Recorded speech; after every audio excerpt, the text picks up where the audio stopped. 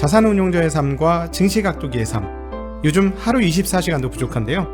흑삼전탕 먹은 날과 안 먹은 날은 방송에서도 티가 납니다. 잃지 않는 건강 흑삼전탕. 자, 오늘도 한 포 마시고 시작하겠습니다. 독이마을 분들도 이제 흑삼전탕으로 설계하세요.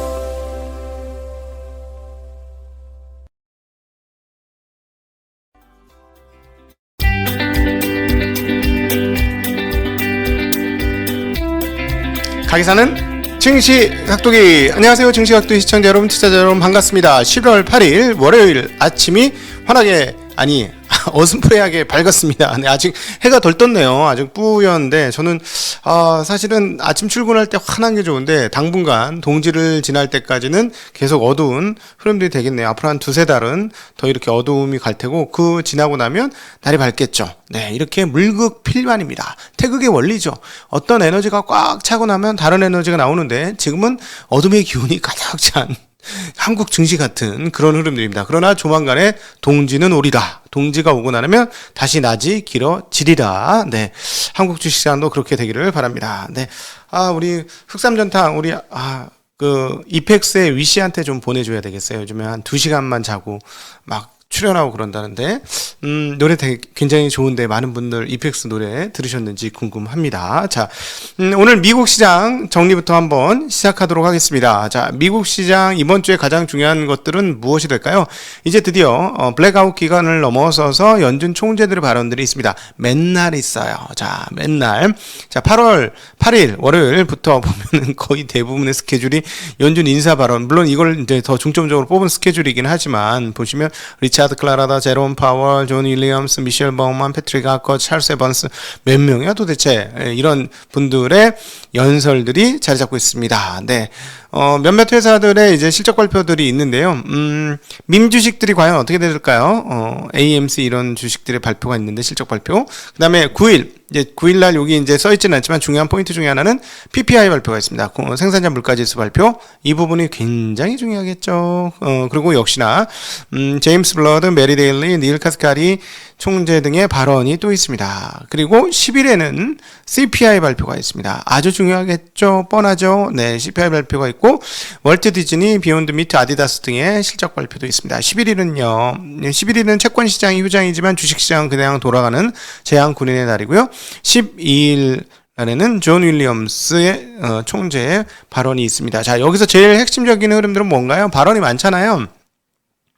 파월은 어떻다? 비둘기 중에 왕비둘기였다. 그럼 나머지는 비둘기인 경우도 있고 아니 비둘기인 경우도 있죠. 그 왕비둘기는 아니더라는 거지. 파월 발언보다 더 세게 발언할 사람들이 있다 없다? 없다. 그래서 이분들의 발언에 따라서 시장의 변동성을 좀 가질 것이다. 미국 시장 기준입니다. 한국 시장 뭐 조금 영향을 받을겠지만 이미 거덜거덜 났는데 한국 시장은. 자, 그래서 미국 시장 이야기로 말씀드리면, 미국 시장은 그동안에 파월 의장이 굉장히 비둘기적인 발언들을 해주었고, 시장 친화적인 발언을 온통 했기 때문에 여기에 대해서 부정적인 발언이 났을 때 시장들이 어떻게 생각할지가 고민되는 게 이번 한 주고요. 그 다음에 생산자 물가지수 PPI와 소비자 물가지수 CPI가 발표가 되는데, 이것이 지난달에도 전년 동월 대비 연율로 환산을 했을 때 5%가 넘어가 5.4%가 됐죠. 근데 이게 더 넘어가 CPI 기준입니다. 이렇게 될 때 어떻게 될까, 시장이? 인플레이션, 일시적이야. 일시적이 앞으로 3년짜리가 되겠네요. 일시적이라는 말은 약 3년을 의미하는 것을 일시적이다라고 연준 영어사전에 다 바꿔야 되는 그런 상황들이 오고 있습니다. 네, 지난 주말에 우리 박정현 박사님하고 저하고 했던 대담에서도 이것 가지고 약간 낄낄대는 그런 상황들이 있었는데요. 네, 그렇습니다. 예. 만약에 저는 오히려 PPI가 좀 관심이 있어요. 시장은 CPI에 관심이 많을 텐데, 왜 PPI에 관심이 많냐면, 중국발 PPI 고점이 9월 달로 피크를 찍은 것 같거든요. 피크를 찍어서 이제 슬슬 내려갈 것 같아요. 10월 달, 11월 달 내려갈 것 같은데, 과연 미국에는 그게 언제 반영이 될 것인가. 그래서 PPI 떨어지고 나서 CPI가 살짝 떨어지는 게 연속으로 이어지면, 그야말로 일시적, 1년짜리 일시적으로 끝날 수도 있다. 그러나 만약에 그렇지 않다면 1년짜리가 아니라 2년짜리, 3년짜리 일시적으로 바뀔 수 있다는 점도 생각해 보셔야 되고, 그렇다면 어떻게 될 것이냐? 시장이 반응하겠죠. 그죠? 시장이 반응을 할 겁니다. 어떻게? 인플레이션 과도한데? 그럼 채권 시장은 지난주말에 말씀드렸듯이 채권은 채권 좋은 것만 보고 주식은 주식 좋은 것만 봤는데 채권 시장이 그렇게 마냥 좋은 것만 볼 수가 있는 상황일 것이냐 하는 문제가 생기는 거죠. 그렇죠? 자, 그럼 채권 시장 흔들릴 수 있을 거고요. 왜냐하면 채권 금리가 너무 많이 내려왔어요. 1.5% 밑으로 내려왔으니까 10년물 금리가 너무 많이 내려왔고 주식시장은 막 갔는데 야 이거 결국은 뭐 금리 인상이 내년도 6월달 전후로 당겨지는 거 아니야? 하고 했을 때 과연 이 현재 주가 오른 거에 대한 고민이 없을 것이냐 하는 건 보셔야 될 것 같아요. 그럼에도 불구하고 지금까지는 금리가 어느 정도 되더라도 기업 실적이 이겨낸다. 즉 기업들은 인플레이션을 반영시켜서 자기 갈 길을 간다. 매출과 이익을 증가시킬 수 있는 캐퍼시티를 갖고 있다. 라고 생각하고 있는 거죠. 지금 시장은. 앞으로도 그런 생각을 한다면 뭐 인플레이션 어느 정도 나더라도 기업들의 그 실적에 의해서 밀어붙이면서 그냥 큰 바퀴로 작은 장염을 굴러가듯이 그렇게 굴러갈 수도 있을 것이라고 보여집니다. 자, 이상으로 미국의 한 주간 전망 한번 정리를 해보았고요. 자, 이제 본격적으로 오늘 여러분들과 나눌 이야기를 한번 해보도록 하겠습니다. 테슬라 $1,500 돌파의 의미, 이건 무엇이냐라는 것이죠. 자, 어디서부터 시작하느냐? 핸드폰부터 시작하도록 하겠습니다. 이 핸드폰, 스마트폰이라고 표현해야 되겠죠? 정확한 표현을. 스마트폰의 시대에는 어떤 시대냐? 일종의 구독 경제와 구매 경제가 결합한 형태 라고 표현할 수 있고 점차 구독 경제의 규모가 커져가고 있는 상황이다라고 말씀드릴 수 있겠습니다. 자, 첫 번째로 구독 경제 첫 번째 우리가 가장 강력하게 경험한 구독 경제는 뭔가요? 통신료입니다. 통신료가 구독 경제의 가장 대표적인 것이죠. 왜 그러냐면, 자, 통신 인프라. 자, 옛날에는 불을 켜서 상대방 멀리 있는 사람하고 통화를 했어요. 그리고 편지를 썼죠. 엽서를 썼고요. 좀 엽서 없어진 지 오래됐죠. 편지도 잘 안 쓰죠. 손편지 쓴 지가 얼마만이야. 그래, 낭만이 없어요, 요즘에. 요즘은 애인들한테 이메일 씁니까? 참. 그러네요. 이메일 클릭하기 전까지 두근두근함이 있나? 옛날에 연애 편지 같은 거 쓰면서 막 하면 봉투에 넣어가지고 침 발라가지고 우표 붙여가지고 넣으면은 받았을 때 그런 게 있는데 요즘 그런 감성적 터치 이런 거 느끼려나 모르겠네요. 그건 좀 아쉬운 부분이네요. 그쵸? 그러나 어쨌든 과거에는 그렇게 통신을 했습니다만 이제는 인간 편의성이라는 측면에서 보면 아무도 그렇게 하지 않죠. 자, 그런데 통신은 왜 구독 인프라냐? 통신 인프라를 어떻게 짭니까? 그 방대한 거를 일단 넣었다 하면 조단이잖아요. 넣었다 하면 조단이 몇 조에서 몇십 조 단위지 않습니까? 한번 깔기 시작하면 그걸 누가 깔아요?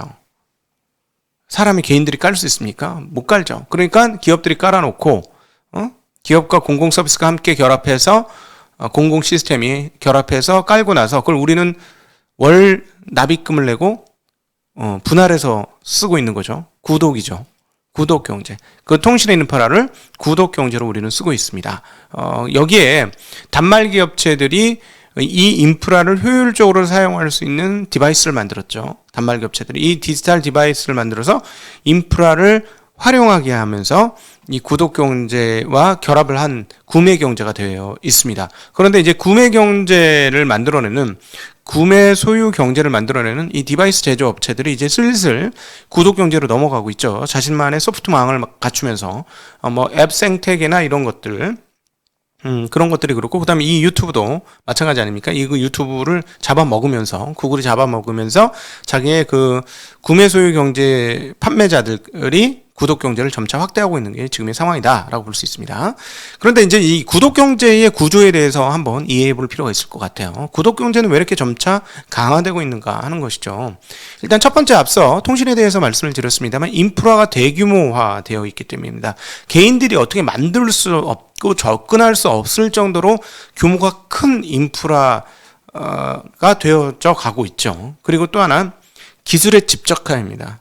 물론 기술에 집적하는 화학업체나 이런 쪽도 당연히 기술의 집적화가 이루어지고 있는 거긴 하지만 기술의 집적화는 개인들이 무엇인가를 만들 수 없는 단계로 개인 기술자가 어찌할 수 없는 상황으로 만들어내고 있는 거죠. 옛날 물물교환 시대에서는 자기 손재주가 있는 사람이 예를 들어 가구를 만든다던가 아니면 쓸 수 있는 주방용 도구를 만든다던가 이런 것들을 개인들이 하면서 경제의 주체로서 진입을 할 수가 있었어요. 자기 물건을 갖고 흥정하고 막 할 수 있는 상황이 됐어요. 그러나 기술에 집적하는 일단 접근을 못하게 만들죠. 그래서 이건 일반 개인들이 할 수 없는 그런 시스템을 만들었고요. 그러니까 그들이 만들어 온 걸 쓸 수밖에 없는 상황이 있는 거예요. 내가 만든 건 그러니까 내가 만들었어. 나 크라프트맨, 내가 만든 거야. 이럴 수 있는 게 점점점 줄어들죠. 네, 기술의 집적화 때문입니다. 접근할 수가 없어요. 그리고 알 수도 없어요. 그냥 갖다 쓰기만 하면 돼요. 너는 암소리 하지 말고 돈 내고 그냥 쓰기나 해. 하는 문화가 만들어지는 거죠. 또 하나, 부의 빈부격차가 훨씬 더 심해졌습니다. 옛날 같은 뭐 왕이라든가 뭐 예를 들어 귀족들은 그냥 자기가 다 알아서 다 만들어서 쓰죠. 뭐 거기는 뭐 예를 들어 와이너리도 다 갖고 있을 것이고 중세 유럽의 그 귀족이라면 스스로 다 가지고 있고 뭐 만드는 사람들 뭐 이런 시스템 공장 같은 것도 다 갖고 있을 거고 자기가 다 알아서 하지만 이제는 어떻게 되죠?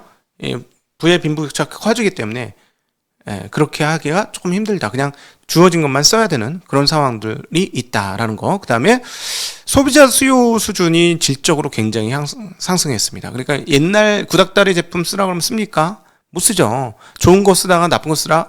못 쓰죠. 편의성이 증대되는 상황에서 편의성의 후속 뒤로 가는 거 가능한가? 어렵죠. 어렵습니다. 그래서 이거는 자본주의 효율화 시스템하고 그 다음에 소비 효용의 트리클 다운 효과가 같이 결합된 상황이다라고 볼 수 있겠고 그 다음에 그 자본주의 성장주의와 효율성 원칙 그리고 인간의 편의성 선호 이런 것들이 모두 결합되어서 구독 경제가 훨씬 더 커지고 있다는 것이죠.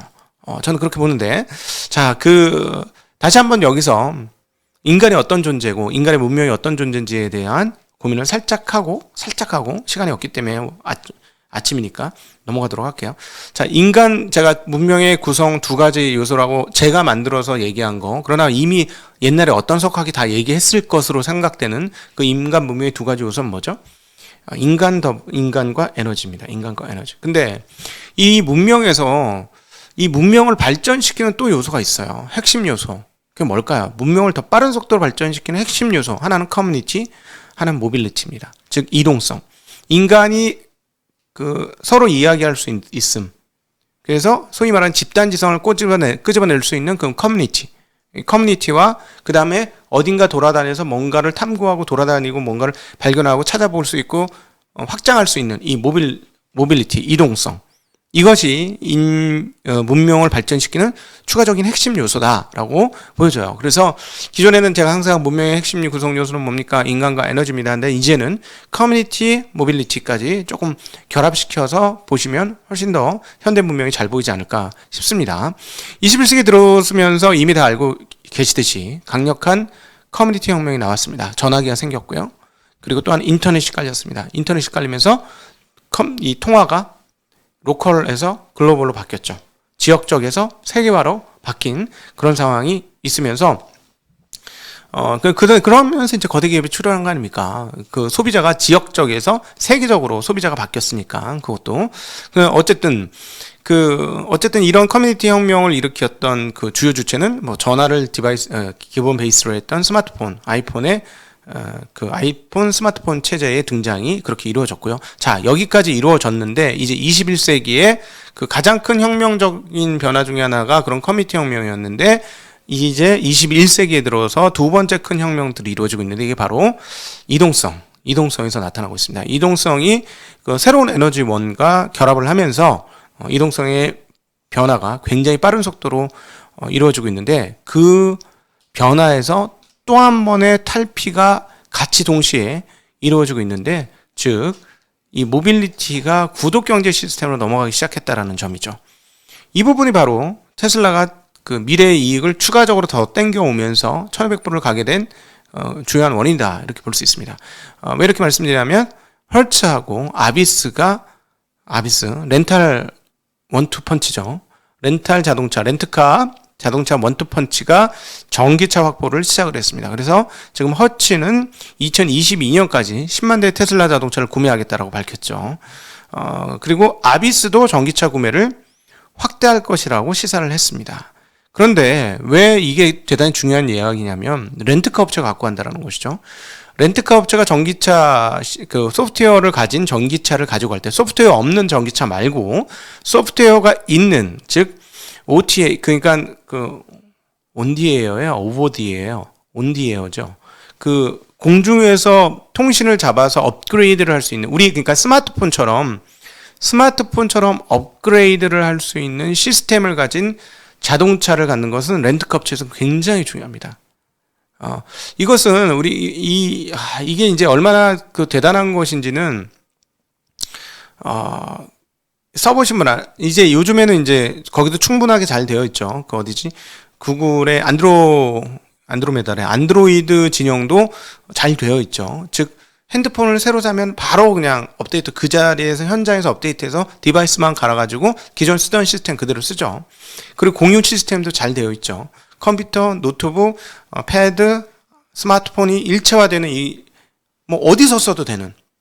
그러니까 지금 애플을 지금 쫓아온 건데 애플이 왜 이게 늪이냐 하면 한번 쓰면 그 공유 시스템이 무서워요. 공유 시스템이 기가 막히거든. 노트북 쓰다, 패드 쓰다, 폰 쓰다 그냥 그 자리에서 왔다 갔다 해도 그냥 다 같이 돌아가요. 다 같이. 물론 앱들도 그렇게 이제 구동이 되는 거니까. 이제 안드로이드도 그렇게 되죠. 그러니까 이런 게 된다는 게 굉장히 이제 그 렌트카 업체에서는 절실했던 건데 이것을 소프트웨어를 가진 전기차를 통해서 시작을 할 수 있다라는 것이죠. 그 데이터를 그러니까 자동차도 이제 클라우드 자동차가 되는 거죠. 그러니까는 어떤 사람 그러니까 각도기가 그 운전을 하는데 운전에 대한 뭐 여러 가지 데이터들이 있잖아요. 이 사람이 의자를 어떤 식으로 조절을 한다든지 이 사람이 자동차를 운전할 때는 엑셀을 어떤 식으로 한다든지 속도가 어떻게 간다든지 뭐 운전할 때 어떤 음악을 듣는다든지 이런 것들이 다 데이터로 하면 예를 들어 이제 내가 허츠하고 할 때 각도기 딱 이렇게 해가지고 하면 거기에 맞는 차를 대여할 수도 있고 어떤 차를 주든지 간에 그 차를 딱 타면 항상 내가 타던 것 같은 차가 딱 나오는 거죠. 내가 스마트폰하고 연동만 딱 시키면 바로 의자가 바로 잡혀지고 내가 듣는 음악이 나오고 그리고 내가 원하는 스타일 예를 들어 뭐 컴포트 모드나 스포츠 모드나 이런 것들로 다 자동차가 바뀌어. 그러면서 그렇게 구동이 돼. 그리고 이 사람이 주로 어떻게 하는지에 대해서 얘가 알고 있어서 계속 거기에서 우리 유튜브 알고리즘에서 내가 보던 거를 뽑아주듯이 자동차 그것들을 뽑아줘요. 그러면 렌트카 업체의 효용성이 어떻게 될까요? 굉장히 증가하겠죠. 자, 그렇게 되면 렌트카 업체들이 우버를 제낄 수도 있고 또 다른 면에서는 구독 경제를 만들어낼 수도 있습니다.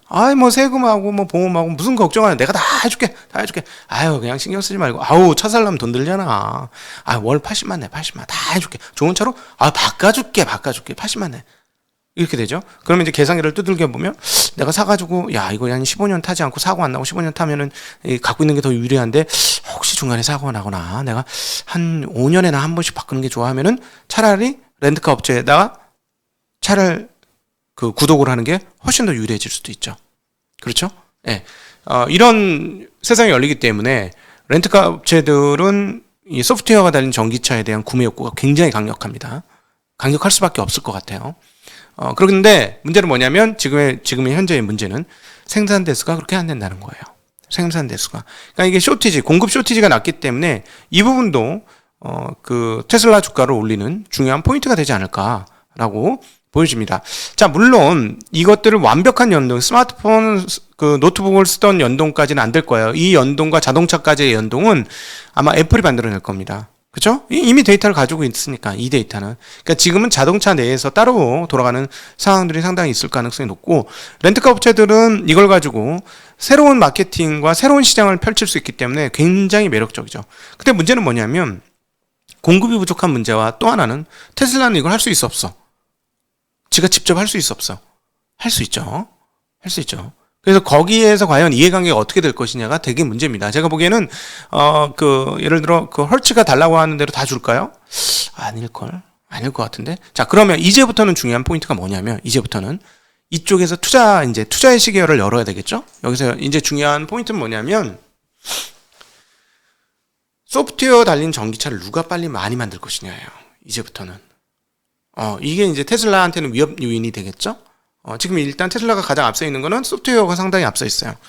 제가 이제 그 몇 달 사용해 본 경험치로 말씀드리면 테슬라의 소프트웨어가 되게 발전적이라는 거는 야간 운전을 해보면 압니다. 그러니까 오토빔 있잖아요. 오토빔 그 헤드라이트 오토가 저는 이제 시골에 살기 때문에 아주 민감해요. 그 서울에 있는 사람은 라이트 끄고 다니는 사람도 있더만 그 초보자들은 초보 운전자들 중에는 왜냐하면 라이트 없이도 다 보이고도 가로등이 많아서 별로 불편하면 우리요 불 끄고 다니면서 바로 사고 납니다. 앞이 칠흑같이 어두워요. 어제도 저녁에 운전하는데 칠흑같이 어두운데 그렇기 때문에 하이빔 쓰는 게 굉장히 자주 있어요. 하이빔을 쓰는데 앞에 차가 오면은 까딱까딱 하잖아. 이 기동을. 아니면 제가 이제 자동 시스템도 이전에 써봤는데 자동 시스템이 이게 차를 한참 보고 나서 한참 있다 하이빔을 밑으로 낮춰요. 그러면 저쪽에서 건너편에서 팍팍팍팍 난리가 나는 거야.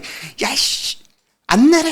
이게 막 느껴지는 거지. 저쪽 상대방에서 그런 게 느껴지는데 테슬라가 소프트웨어 강하다는 게 정확하게 하이빔에서 밑으로 내려줍니다. 상대가 와서 내가 손으로 하려고 하는 그 시점에 벌써 내려가 있어요. 그래서 그 작은 차이인데, 이게 소프트웨어의 상당한 차이구나. 이런 걸 좀 느껴요. 물론, 이제 조만간에 나올 권스나이 브릿지에서의 우리 911과 테슬라 비교하는 순간에 제가 이제 자율주행 관련해서 약간 프로그램 돌리는데 거기 뻥 났죠. 뻥 났어. 죽을 뻔했어, 우리. 그래서. 죽진 않지 뭐 좀 다칠 뿐인데 죽진 않아요. 제가 어쨌든 완벽하지 않습니다. 소프트웨어 아직 완벽하진 않지만 소프트웨어 정도가 수준이 높다라는 건 인정은 해야 할 것 같아요. 그래서 다른 자동차들이 소프트웨어 달린 차를 언제 빨리 만드냐? 소프트웨어는 결국 전기 디바이스에서부터 나올 수밖에 없어요. 소프트웨어 알고리즘을 어떻게 기기 장치에 다 어려워. 훨씬 어렵고 기판 하나로 되는 문제가 아니냐면 수많은 지금 엄청난 ECM 문제 뭐 이런 것들 난리가 났잖아요. 결국은 근데 이게 오히려 제가 보기에는 그 기판에 집적을 하게 되면 반도체 수요량이 더 떨어질 수도 있습니다, 여러분. 반도체 물론 하나의 퍼포먼스는 훨씬 더 높아져야 되겠지만 전반적으로 반도체 개수는 떨어질 수도 있다라는 거예요. 기판으로 쓰면. 그래서 이 부분이 앞으로는 투자에 있어서 굉장히 중요해질 거다. 그리고 즉 무슨 말이냐? 누가 소프트웨어를 잘 만들 것이냐. 이게 가장 큰데 문제는 한국에 이런 기업이 있을까 하는 얘기예요. 그러면 결국은 한국에서의 투자 시계열은 어떻게 가져가야 되냐면 새로운 소프트웨어로 자동차들이 전환될 때 거기에 물리적 디바이스를 어떻게 공급할 것이냐, 즉 부품을 어떻게 공급할 것이냐, 이 부분이 굉장히 중요해질 수 있습니다. 그래서 앞으로 한국 투자에 있어서는 이렇게 되고 미국 투자에 있어서는 그런 소프트웨어, 뭐 앱티브도 그런 회사 중에 하나죠. 그리고 앱티브의 지분을 누가 갖고 있어요? 그런 측면도 앞으로 고민을 해봐야 되는 상황이 아니겠는가 싶습니다. 그래서 결국은 앞으로 대중자동차의 경우에는 소프트웨어에 대한 효용성이 가장 중요해질 것이고 이쪽에다 투자 시계열을 맞추고 생각하셨으면 좋겠다라는 거고 하나 유의하셔야 될 점은 각도기는 너무 생각을 일찍 해서 너무 일찍 들어가는 경향이 있더라. 제가 꿈꾸는 세상은 2, 3년 후에 오는 경우도 있더라. 라는 걸 유의사항으로 알려드리면서 오늘 월요일 한국 장전 테슬라 1200불의 의미 그 새로운 구독 경제가 시작된다는 내용의 이야기를 마쳐보도록 하겠습니다. 질의응답 시간으로 넘어가도록 하겠습니다. 감사합니다. 안녕.